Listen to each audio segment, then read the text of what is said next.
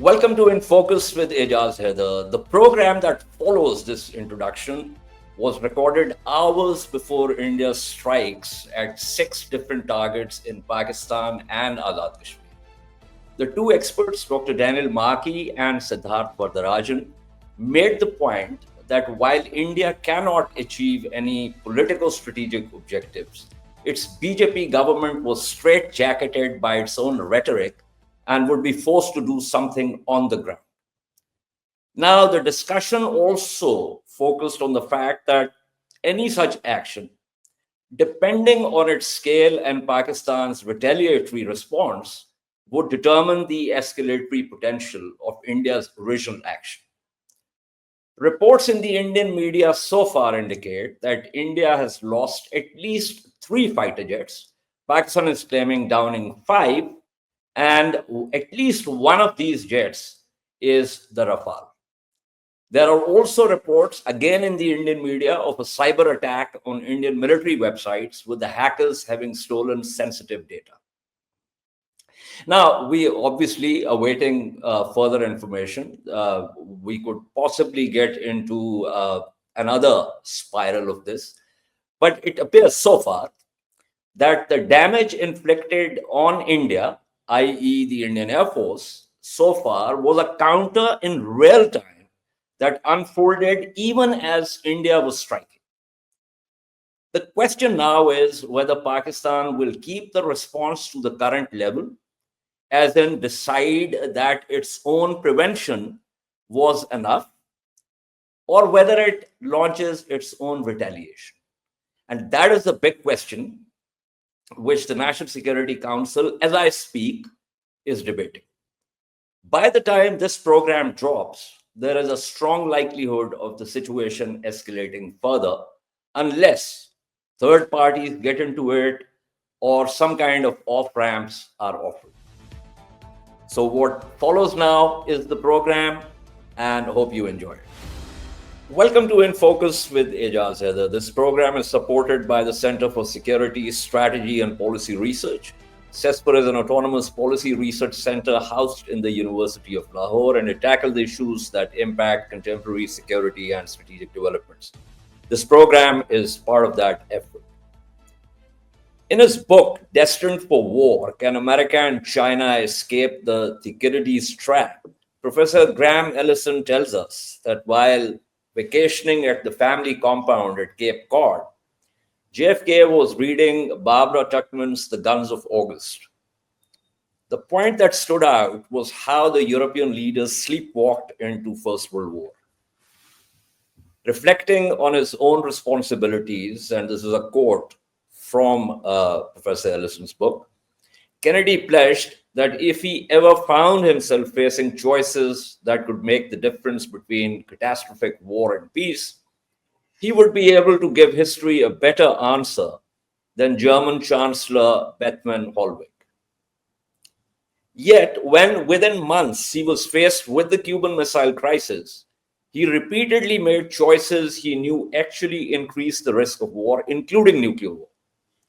In the end, if the world was spared a nuclear Armageddon, it was not because of table talk, game theories, but sheer luck. Some months ago, I had Professor Jeffrey Knopf on this program, and I discussed the inherent unpredictability of nuclear deterrence. His view was simple, and I'll paraphrase it. Attempts to make forecasts about nuclear deterrence are beset by uncertainty and trade-offs, and by the interaction of those two problems. The problems of uncertainty and trade-offs make it impossible to predict the likelihood that any given nuclear strategy will prevent nuclear weapons use.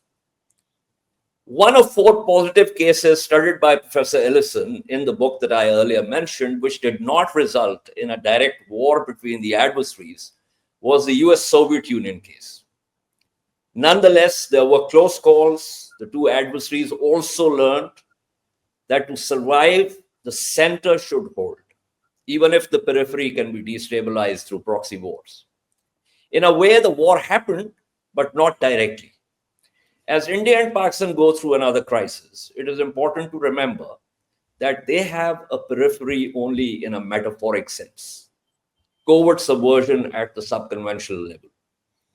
At the overt conventional level, there is no such thing as a limited conventional conflict below the nuclear threshold or even a limited nuclear exchange. Both lessons were clear to the US and the Soviet Union. India and Pakistan cannot think they can buck the trend. Even if they were to assess risk, they could not assess uncertainty simply because uncertainty is what it is. To discuss the ongoing crisis, I have with me Dr. Daniel Markey, author of several books, including No Exit from Pakistan. Dr. Markey was, until recently, a senior advisor on South Asia at the United States Institute of Peace. He has 2 decades of academic think tank and government experience focused on international relations and US policy in Asia. With him is Siddharth Varadarajan. Varadarajan has more than 3 decades of experience as a journalist. He was the editor of The Hindu, India's most prestigious English language newspaper, and is the founder editor of Wire.in. Thank you to both. I know we will discuss something which is very serious, but on a slightly lighter note. Personally, I think the best explanation of how the First World War began was given by Captain Blackadder to Private Baldrick. And I was actually earlier today, I was watching that short clip, and he says it was just too much effort not to have a war. You see, Baldrick, in order to prevent war in Europe, 2 super blocks developed. The idea was to have 2 vast opposing armies, each acting as the other's deterrent. That way, there could never be a war. But here's the thing, there was a tiny flaw in the plan. When Baldrick asked what that was, Blackadder says laconically, it was bollocks. So that's where we stand.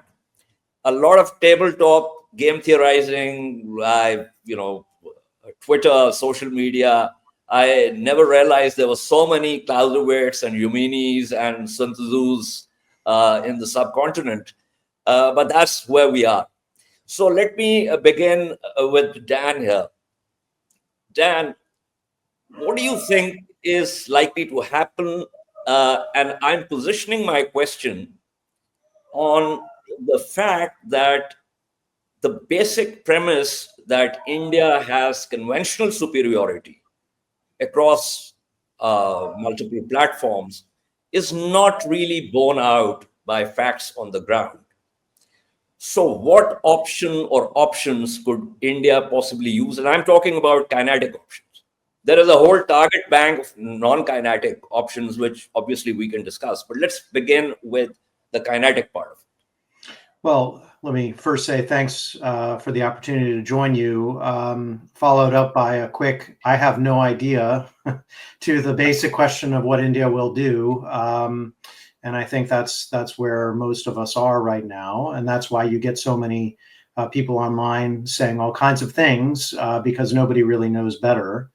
I think the principal concern, I'm sitting here just outside Washington, D.C., the principal concern here is that we're faced with a situation that looks all too familiar, and the playbook doesn't look a whole lot different than it looked in 2019. And so the suspicion here is that what we would see from India would look somewhat like, but possibly more significant than the kinds of airstrikes that we saw in 2019.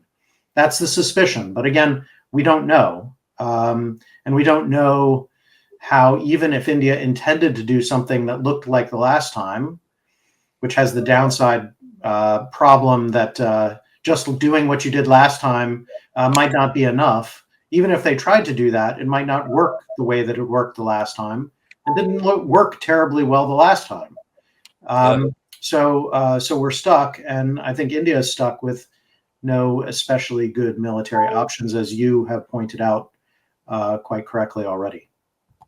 Okay, a quick follow-up question before I go to SV here. So let me, since all of us are now, and I'm not talking about you in the subcontinent, we are all Clausewitz, so let me invoke Clausewitz myself after having jestingly referred to him. So the grammar of war, the triple nature, you got the passion, you got the various battles, the zeal, and then you have to link that up with a political objective, the sweat. Yeah. Now, assuming, and this happened in 2019 also, let's assume for a moment that India does some kind of a strike on the ground. Let's also assume, for the sake of the argument, that Pakistan responds, shows resolve, but also gives an off-ramp, precisely what happened in 2019. The question really is that how does India's policy actually link up with the highest level of war, the SWEC? I mean, if the idea is to deter Pakistan or to change Pakistan's behavior, that has not happened previously. And given more or less the forced symmetry, that's not going to happen. So what exactly, or why exactly, would India want to plunge itself and the region into turmoil? Look, I think without trying to be a Clausewitz, I do believe that this Indian government has domestic political compulsions that lead it to believe that it needs to do something. But there is a disconnect between the doing something for domestic political reasons and the need to show strength and to live up to a narrative that's been crafted by this particular Indian government about its place in the region. There's a disconnect between all of those things and what you're describing, which is a desire to actually deter future similar behavior. I'm not sure that India can do that latter part very effectively. I do think that India, like other countries in the world, certainly the United States, we could point to Israel, elsewhere, will feel that there is some requirement for it to punish, even if that isn't a full or fail-proof deterrent going forward, that there has to be a cost to this behavior, even if that isn't sure to eliminate it going forward. India has tried just about every strategy or approach to, in its view, secure what it holds in Kashmir. And, if you take it on the basis of this latest attack, none of them are fail-proof. And I think that, realistic Indian analysts will accept that, but might still believe that they need to do something. And that's the space that we're operating in. The kind of, you got to do something. It's got to be somewhat different. It's got to look a little bit different and maybe ideally be able to be used politically from the perspective of the Indian government, used differently at home. But without going down the path that you've already outlined, which is a very dangerous and risky one. Ultimately, I don't think that India wants a real war with Pakistan. Right. So, Dan, I will circle back to you on this issue of punishment for the heck of it. We talked about the US also, Israel also. I'll come back to that. But let me go to SVR. So, let me first, appreciate WAD.in. I think one of those publications which is putting out sane, discerning points of view. So I have to give you credit for that. But tell me, Dan talked about this government crafting a narrative. And it actually goes back to 2016 with the so-called surgical strikes and the new normal, quote unquote new normal, which was, flaunted constantly in TV studios and in print also. So do you think that they have actually kind of locked themselves into a commitment trap, and now they have to sort of match the rhetoric with some kind of action on the ground? I speak as a critic of the current government's policies on a lot of issues, particularly its approach to Jammu Kashmir.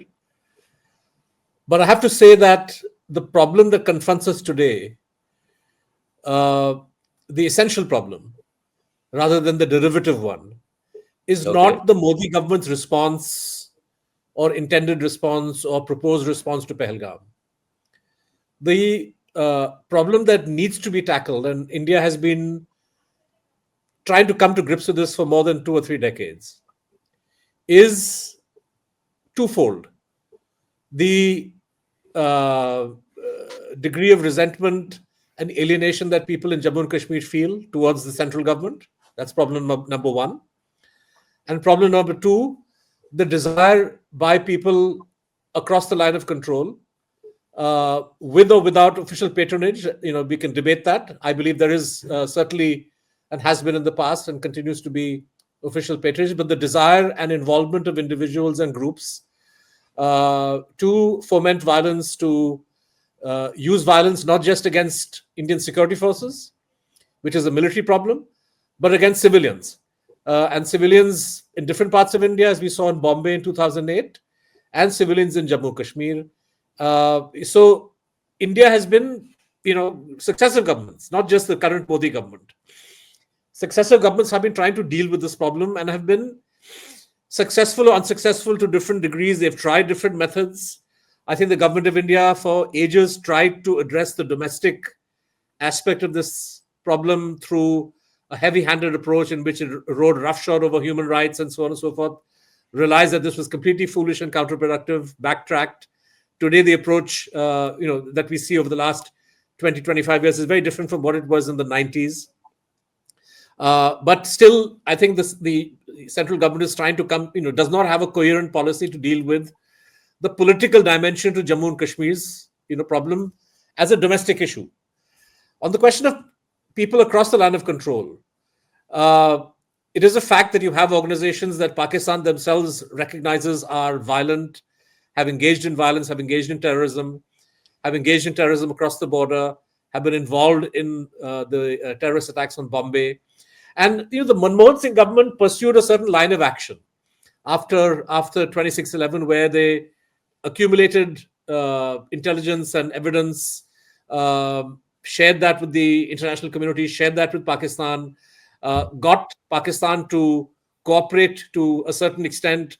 The FIA itself launched its own investigation, and there was a certain process that got underway. It didn't reach completion for a variety of reasons that we need not bore your viewers with, but it, I think, bought India a certain period of, I wouldn't say peace, but a certain period in which the kind of spectacular anti-civilian terrorist attacks which Bombay characterized didn't happen for, between 2008 and 2025. So for a good 17 years, the bad guys across the line of control, whom India firmly believes are involved in these kinds of incidents, felt restrained in some way. And for whatever reason, the gloves are off, those restraints are gone, and India once again has to try to figure out, okay, how do we deal with this? And here you have different options. For every person who says we have to teach Pakistan a lesson, we have to teach Hafez a lesson, we have to teach the terrorists a lesson, you have people who counter that saying, look, you tried that after Uri, you tried that after Balakot, military deterrence does not work. But then the advocates of military deterrence, or the advocates of, as Dan said, this desire to punish, to insist that there will be a cost, even if my insistence on the bad guy paying the cost doesn't necessarily mean he's going to be fully deterred, right? So these guys counter the people who say, look, don't bother with kinetic action, by saying, look, what did the entire lengthy process that Manmohan Singh pursued, first Vajpayee, in fact, Vajpayee and then Manmohan Singh pursued a long process with Musharraf. Ejaz, you and I have been part of track twos where we've discussed this thing threadbare. And, you had the elements of a workable solution on the table, which then fell apart largely, I think, because of dysfunctionality in terms of Pakistan's internal system. Musharraf lost control. And then you have very complex dynamics with different parties, the military playing a role. And today you have, a royal mess as far as domestic politics is concerned, which means that the option of negotiating, talking, discussing your way out of this crisis also doesn't seem to be very, very rational, doesn't seem to be very obvious. I would always lean towards finding diplomatic political solutions, particularly in the context of the nuclear overhang, which tells us that war is not the answer. And that, and you mentioned scholarly books. I recently read the book, The Cold War's Killing Fields by Paul Chamberlain, where he kind of talks about how the great myth that this long peace which nuclear weapons held during the Cold War is shattered by the fact that you had killing fields all over the world. where the That's India and that's Pakistan, the that's the India and instability. Pakistan don't have the, we don't have the luxury. Peripheries. I mean, India and Pakistan are nuclear weapons that we don't have the luxury of fighting proxy wars elsewhere over other Precisely. people's. That's why I said that metaphorically, there's only exactly. one periphery. Yeah. But here's the thing. For us, frankly, war. If you ask me, it's foolish to think war is the answer or an option. The way you began this program, what are the options that India could take? I'm sure professional military folks are perfectly capable of coming up with a cost-benefit analysis of different kinds of actions. I have no doubt in my mind that some kind of action is likely for all the reasons that Dan has already outlined and that you have also kind of mentioned. There is a certain political commitment that the government has made. So that's inevitable. But I think even as I personally am very critical of the Modi government's approach domestically within J&K, and also to a large extent within to Pakistan, because you've brought relations down to rock bottom, and so now you have no fat to cut, right? So even as I'm critical of the government's approach, we cannot turn away from the fundamental problem that you have bad actors on the Pakistani side who are doing terrible things on the Indian side. Yeah. Let's get to the fundamental problem. But before that, let me say that when you mention the professional military people, trust me when I say this, and it's borne out by history. Don't trust the military professionals too much. And you can go and see after the Cuban Missile Crisis, what did Kennedy say about the brass hats? And the way Curtis LeMay and all these other generals were trying to get Kennedy to approach Khrushchev. It was a diplomat, a former U.S. ambassador to Russia, or then the Soviet Union, Tommy Thompson, who was the one who said, focus on the soft letter, not the hard letter. And that's how the face saving began. So trust me, don't really trust military professionals too much. But okay, since you've talked about the fundamental problem, and I want to follow up on this, and I want to press this point. Let's subtract Pakistan from this equation. Let's assume there is no Pakistan, while the rest of it stays as it is in terms of India, the history of Jammu and Kashmir, and the history of Jammu and Kashmir's relationship with Delhi. You have written, many others have written, and how J&K has been treated.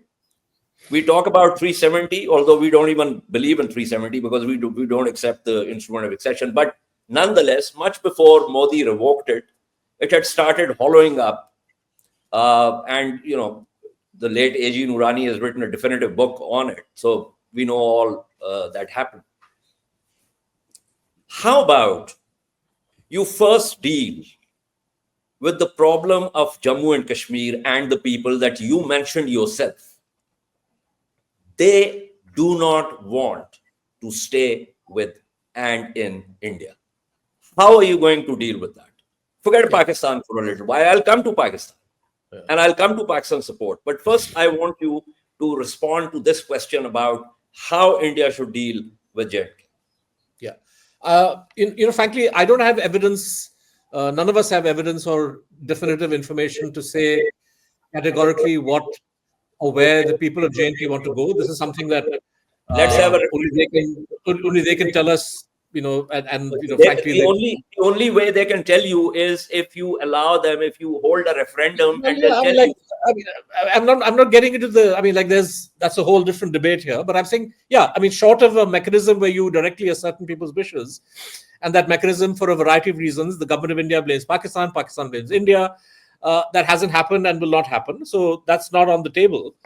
So absent that, we can't say definitively what they want. But what we can say, and what I can say without a shadow of doubt, is that successive governments in New Delhi have rode roughshod over fundamental basic rights that the Constitution of India guarantees the people of Kashmir. This is a fact. Despite the abrogation of Article 370 and Mr. Modi's claim that J&K is now fully integrated into the Union of India, which I find a pretty shocking statement, because I think it was fully integrated when J&K acceded back in 1947. But let that remain as it is. What Mr. Modi said is that now the Constitution of India fully applies, and we know that this is not the case, that people of J&K do not have the same sort of rights that citizens of India expect and are guaranteed under the Constitution. You don't have press freedom, you don't have freedom of expression. The level of repression is very, very high. J&K doesn't even have formal statehood. So there is a whole issue here. Since we use the term terrorism, you and I agree. We were on another program where I was trying to define this term, and you agreed with me that the state's oppression and killing of civilians and extrajudicial killings is also state terrorism. Of course. Yeah. I mean, there's no look. See, the thing is that in a situation where people's rights are denied, right, and people's rights are being denied in J&K, people are denied their rights in other parts of India too, perhaps not to the same extent or necessarily in the same, in exactly the same terms. People respond in a variety of ways. People often resort to violence, and that violence, the state has to deal with that, but it has to deal with that in a lawful manner. I don't think if you just look at the response, if you just look at the response to Pahalgam, nowhere under Indian law or under the Indian Constitution is it at all acceptable that you can demolish the dwelling of somebody, of a family, because one of their family members is suspected to be involved with a terrorist organization, right? So, despite the law being very clear, you have the union government itself violating the law. This is straight out of the Israeli playbook. I can tell you that. And so this is it's an Israeli strategy. Of course, and this is what the government of India has picked up a lot of, rubbish so-called counterinsurgency tactics from the Israelis, which are going to be as dreadful and are as dreadful, and as we have seen with the Israelis. But the fact is that the government of India's handling of J&K is something that has to be dealt with. Unfortunately, the courts haven't played a role. My contention and my belief is that the more, because you mentioned, let's assume Pakistan isn't there, but Pakistan is there. The more you have involvement of groups like Lashkar-e-Taiba, Jaish-e-Mohammed, etc., the more you have the plotting. One second. The more you have the plotting and planning of incidents like Pulwama or Pahalgam or other things, actually, the easier it becomes for those in New Delhi who say we have no option but to deny people their rights. We can debate the direction of causality there, SV. I don't want to make this program a sort of two-way thing between you and me, because Dan is also here and he's been listening to us very patiently. You and I can have another program discussing this. But here's the thing, Dan. I said I'll circle back on this idea of punishment for the heck of it. But we also know, since you mentioned Israel, let me just flag a couple of points there. For instance, Israel, from the mid-80s until today, as you and I speak, have gone through multiple phases of trying to figure out a strategy to deter Hezbollah. As a matter of fact, Raphael Marcus has probably written the best book on this.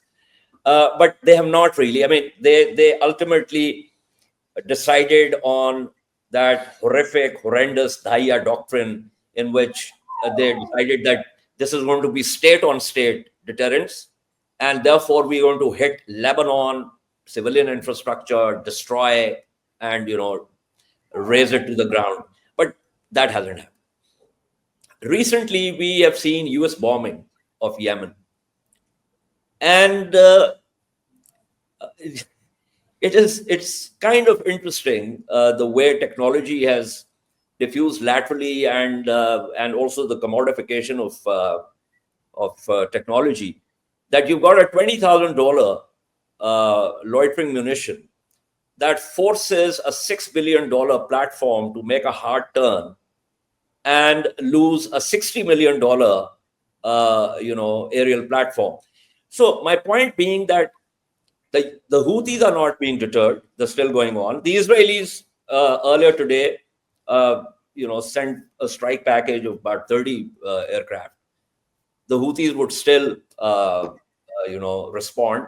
So my question is that, given all these facts and how difficult it is to establish deterrence, is there a possibility, and I know this question has been around for a very long time, that instead of bearing the cost of war ex post, to try and figure out something diplomatically ex ante? Look, there's always that possibility, but I don't sense that there's any political mood for that. And I think that, as Siddhartha has pointed out, this Indian government doesn't. It's not acting in a vacuum. It has a considerable experience, an unfortunate experience in trying to deal with Pakistan. It hasn't paid off. I don't think it's inclined to, in its view, see this attack as something that would push it into talks that it had already determined were unlikely to go anywhere. To the contrary, I think this, unfortunately, this reinforces the notion that actually, the only thing that can work is some sort of a punitive action. But even that will only have limited utility, because ultimately, I think it looks to me like this Indian government is convinced that Pakistan can never really be dealt with as long as it exists. So I think there's a kind of a fundamental belief there that that ultimately Pakistan is the problem, that maybe it can't be resolved today, but it can be punished, and that's the only way forward. And I would say different lessons, rightly or wrongly, probably wrongly, to some extent, are being learned by this Indian government about Israel's approach. You mentioned Hezbollah. I would wager to say that they see Israel's approach to Hezbollah as being radically successful. And that's not entirely different from how parts of it are seen here in Washington. But they would be wrong, because even the Israelis do not consider that their approach has actually deterred Hezbollah. I mean, technically, occasionally, but not in a strategic sense. Well, they have done more to inflict damage against Hezbollah. I mean, we're talking about Hezbollah, not Hamas. I mean, Hamas too, but in different ways. But with respect to Hezbollah, the cell phone operation, the decapitation strikes, the massive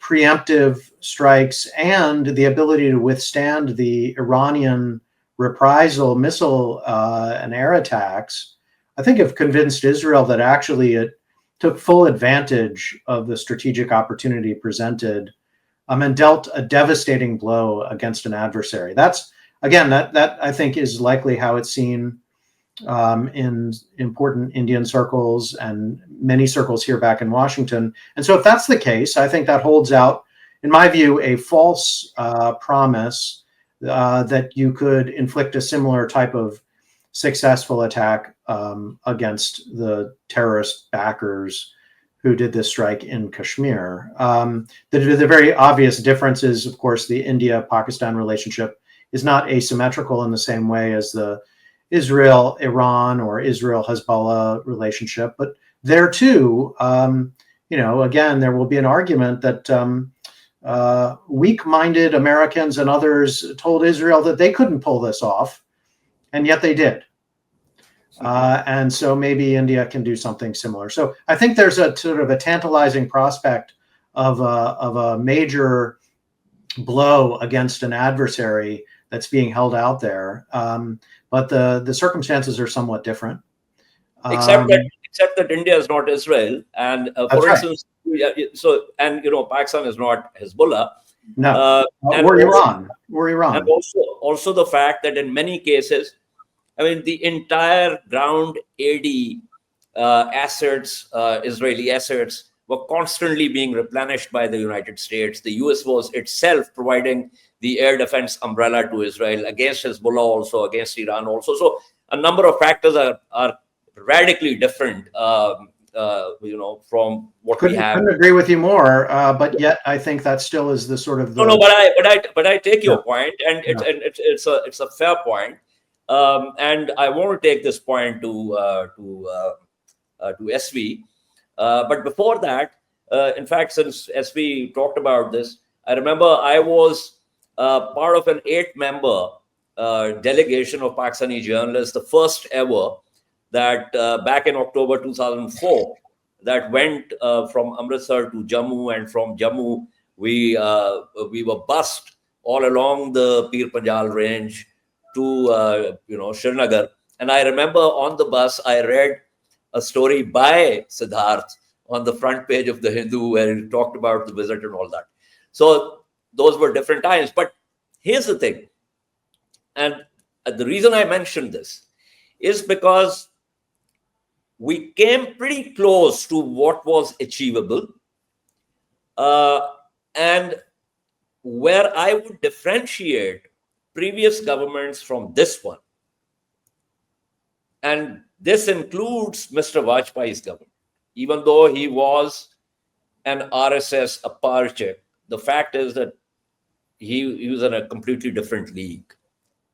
Just like his national security advisor, Brajesh Mishra, was in a completely different league from the one you currently have. A lot of what is now happening has to do with unilateral actions by this government.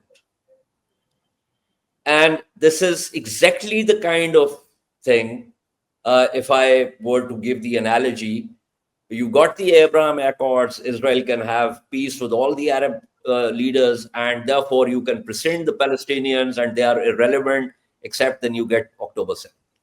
So my point really is, SV, is there any traction in India for the view that without engaging Pakistan, you cannot normalize the situation? The current government is firmly of the view, and I think the sooner people in Pakistan realize and accept this, the better and more realistic a situation one will have.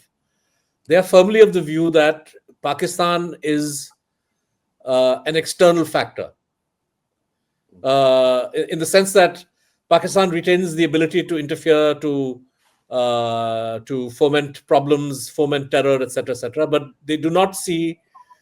They see Jammu and Kashmir as entirely an Indian internal problem. The only external dimension is something which Indian ministers have reiterated quite frequently over the past couple of years, which is the return of Pakistan-occupied Kashmir. Right. And I think I do not foresee any situation where the present government will ever engage with any government in Pakistan on the topic of Jammu and Kashmir. So in other words, that element of the so-called composite, I mean, it seems like 100 years ago now, right? Composite dialogue and all the nitpicking about talks and terror or trade, etc., and J&K being a core issue. So J&K, in the eyes of the Modi government, has gone from being what Pakistan regarded as a core issue and which we considered one issue to being a zero issue. And so there will never be any meeting between India and Pakistan where we will accept that J&K will figure as a topic of conversation, right? So now you may say this is wrong, this is unjust, this is unfair. That's fine, but I'm saying this government is not going to budge on that. No, I'm not going to say that. As a matter of fact, on a lighter note, let me assure you that everything that you have said, and I'm very happy that you've said this, is what we realize 100%, But there is a slight problem. While we realize it, we are not going to accept it. And that is where the problem is. Yeah, no, obviously. I mean, in the sense that, Pakistan openly says it will not accept because India openly says we have no role for Pakistan. The Chinese have indicated. I mean, what is the whole action, the nibbling away at Indian territory in Ladakh post 2019 all about, right? It's about the same kind of signaling from Beijing that we don't accept you doing anything that changes the status. Although in our mind we haven't changed the cartographical status because in Indian maps there's no change, right? But so obviously, I mean, China and Pakistan are not going to accept this. But what this then means is that the only way to square this circle, if India won't talk, is that you're going to have non-diplomatic, to put it bluntly or mildly. So the Chinese will nibble away and grab territory in Ladakh, and Pakistan will use proxy forces. But right? Is that a viable policy? And I'm, of course it's not. In my view, the very fact that one part of undivided Jammu and Kashmir is under Pakistani control means that even in terms of legal formal sense, India needs to take the view that, and incidentally, when Manmohan Singh was talking to Pakistan about J&K, I don't think anybody on the Indian side, even for a second, considered that one of the possible outcomes would be that territory that India controls would somehow tomorrow not be controlled by India, right? Though the essence of the Musharraf formula was an as is where is control of land, right? So what India administers. No, but it changed. In many cases, it changed the dynamics of the problem on both sides. But I'm saying that the closest we ever came to a solution, right? During those heady days of Vajpayee to Manmohan during Musharraf's time, was that look, we cannot take territory that you have, you cannot take territory that we have, so let's learn to live. Let's learn to live with it. But the essence of that formula was, and I think that was the beauty of it, was that India and Pakistan were to pull back and the Kashmiris were to be upfront, because it's the Kashmiris' right. Yeah. I mean, that stage, frankly, that was there. You're right. It was there as an element. It was not foregrounded. None of the elements of that process were even visible by the time the talks basically petered out. That was right? But yes, I mean, an attempt was made to say, okay, how can we improve the lives of Kashmiris, those families who are divided? So you had the bus, you had telecoms, various things, trade opening up. All of that's come to a halt. So I think the best that we can hope today, and I'm trying to be as clinical as possible, right? And not be, we're all emotionally invested in formulas that we thought were going to work 10 years ago, right? So let's set that aside. Frankly, even tomorrow, if Modi loses power and the BJP loses power, I think this benchmark that has been set cannot be undone. I agree. It cannot be undone easily by any successive government. So the best that we can hope for is that you get back to the Musharraf-Manmohan formula, right? Where the magic happens through domestic processes. In other words, India can never hope. But before that, I'm saying India can never hope to have abiding peace with Pakistan and an end to this problem unless, a necessary condition, maybe not sufficient, but a necessary condition for that to happen is that the people of J&K have to be given all their rights under the Indian Constitution. Absolutely. I agree with you. And so until New Delhi is prepared to do that, this problem in one form or the other is going to keep getting manifested. But it's not, and therefore, I just hope that this great library, you're sitting in your study, you're always in your study. I hope you have a bomb shelter for all the books that you have in the background. But anyway, before I close the program, Dan, one interesting thing, which is obviously not very interesting as far as India is concerned, is that the kind of international backing that India was banking on has not come through.